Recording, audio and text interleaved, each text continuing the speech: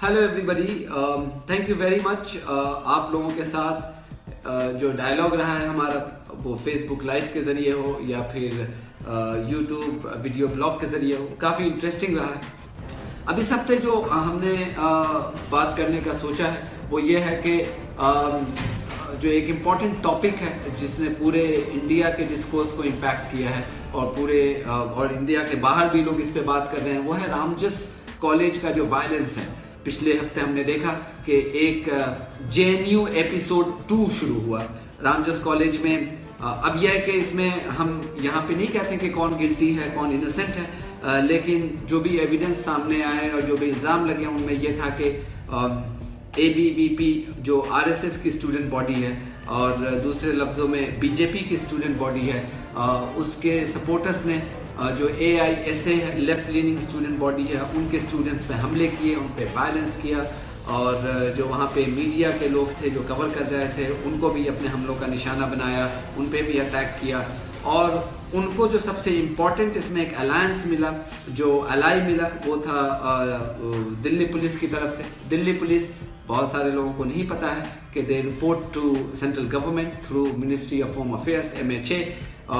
तो उनके कई ऑफिशियल्स जो कैमरा के सामने पाए गए कि किस तरह से वो ABVP के वर्कर के साथ मिलकर के फीमेल स्टूडेंट्स, फीमेल जर्नलिस्ट पे अटैक कर रहे थे।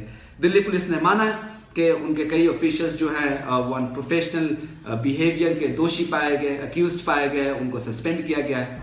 यहाँ पे ना होम मिनिस्टर ना प्राइम मिनिस्टर तो खैर बहुत बड़ी बात है, वो तो उनसे उम्मीद तो कोई नहीं करता, तो हम भी नहीं करते हैं कि वो इस पे बोलेंगे। वो जब बोलते हैं, जब वो लास्ट संडे होता है तो वो मन की बात वन वे डायलॉग में कह देते हैं, या फिर अपने जो लोग हैं, उन जो ख़ास लोग हैं उनको बुला करके एक तरफा इंटरव्यू दे देते हैं। तो प्राइम मिनिस्टर नहीं, लेकिन दूसरे मिनिस्टर जो अक्सर वोकल होते हैं मीडिया पे, उनसे उम्मीद की जा रही थी कि वो इस पे बोलेंगे, नहीं बोला।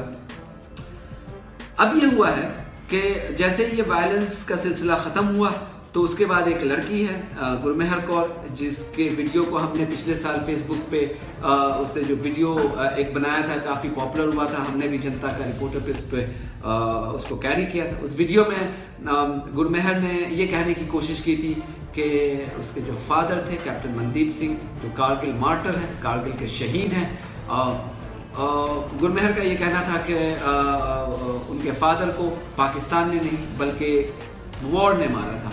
और बेसिकली उस वीडियो मैसेज के ज़रिए गुरमेहर ने ये कहने की कोशिश की थी कि नफ़रत ख़त्म होनी चाहिए और हेट्रेड के लिए हमारे समाज में, सोसाइटी में कोई जगह नहीं है और हमें एक दूसरे के साथ प्यार मोहब्बत के साथ रहना चाहिए। बहुत ही पावरफुल मैसेज था कि जिसका जो अपने फादर को एक जंग में खो देती है, उस बच्ची के लिए, जब वो सिर्फ कुछ महीने की ही थी, उस बच्ची के लिए ये कहना कि जंग किसी भी मसले का हल नहीं है, बहुत ही पावरफुल था। तो जब ये रामजस कॉलेज का मामला हुआ तो गुरमेहर ने एक और फेसबुक कैंपेन, बहुत ही इनोवेटिव कैंपेन उसने शुरू किया। उस कैंपेन में उसने ये कहा कि I am not afraid of ABVP, और वो एक प्लेकार्ड पे लिखा हुआ था कि I am not afraid of ABVP, और उस प्लेकार्ड के साथ अपनी तस्वीर लेकर के लोग अपने फेसबुक के जो डिस्प्ले इमेज है उसको वहाँ पे चेंज उन्होंने किया और काफ़ी वायरल हो गया ये। अब जब ये हुआ तो वो सारे मिनिस्टर्स, जो सारे लीडर्स जिनसे हम उम्मीद कर रहे थे कि जो वायलेंस हुआ था उनके लोगों के ज़रिए उन पे अटैक किया, उनको कंडेम वो करते, वो उस वक्त तक तो नहीं बोले थे, लेकिन अब बोले। और बोले भी किस वक्त बोले कि जैसे इस लड़की ने ये कैंपेन, फेसबुक कैंपेन शुरू किया, इस पे रेप थ्रेट्स आने शुरू हुए, यानी कि बलात्कार के थ्रेट्स और उसकी धमकियां आनी शुरू हो गई। और किन लोगों ने धमकियां दी? ये वो लोग थे जो BJP के हार्ड कोर सपोर्टर्स हैं। एक उसमें से बंदा जिसकी स्टोरी हमने जनता का रिपोर्टर पे भी कैरी की है कि ये BJP के विजयवाड़ा IT सेल का मेंबर है और उसने अपने फेसबुक पे बहुत ही प्राउडली नरेंद्र मोदी के साथ हैंडशेक का जो इमेज है उसको लगा रखा है। उसने भी कहा कि उसने भी ये विश किया कि गुरमेहर के साथ गॉड फॉरबिड रेप हो जाए।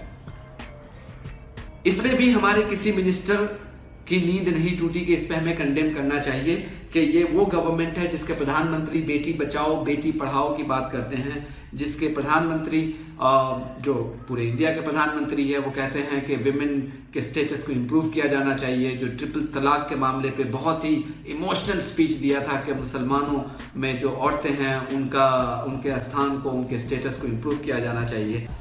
मेरी मुसलमान बहन, उसका क्या गुनाह? कोई ऐसे ही टेलीफोन पर 3 तलाक बोल दे और उसकी जिंदगी तबाह हो जाए? क्या मुसलमान बेटियों के हकों की रक्षा होनी चाहिए कि नहीं होनी चाहिए?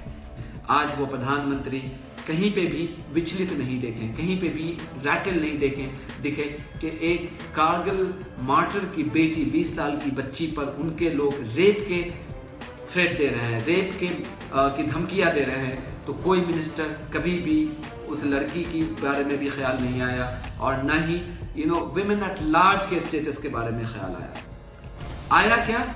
जो जूनियर होम मिनिस्टर हैं, जिसको कांग्रेस ने गूफी मिनिस्टर कहा है, उनके तरफ से एक नसीहत आ गई।